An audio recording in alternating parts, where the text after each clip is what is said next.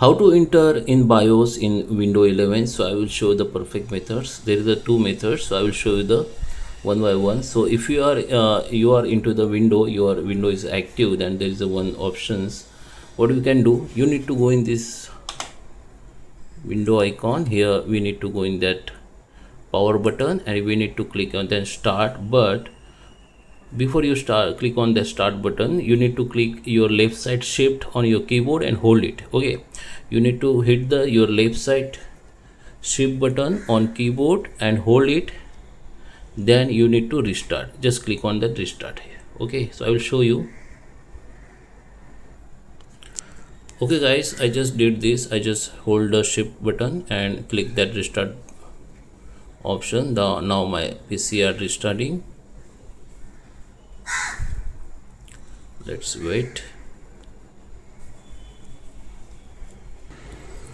Okay guys, so now we are into that blue screen. Now we need to go with that troubleshoots, go to the advanced, and here you can see the option UEFI firmware. Just click on it.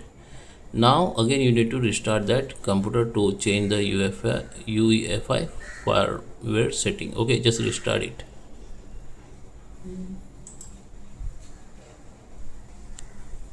Now guys, we are into the BIOS settings. Here you can see the boot settings, and here you can have the lots of settings you can see.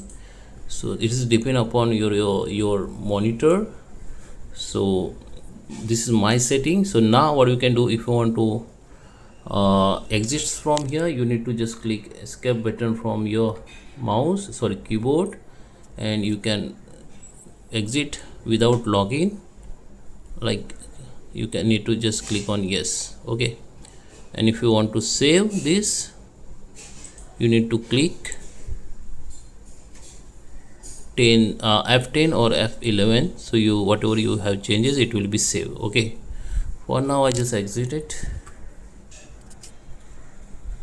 I just click on yes.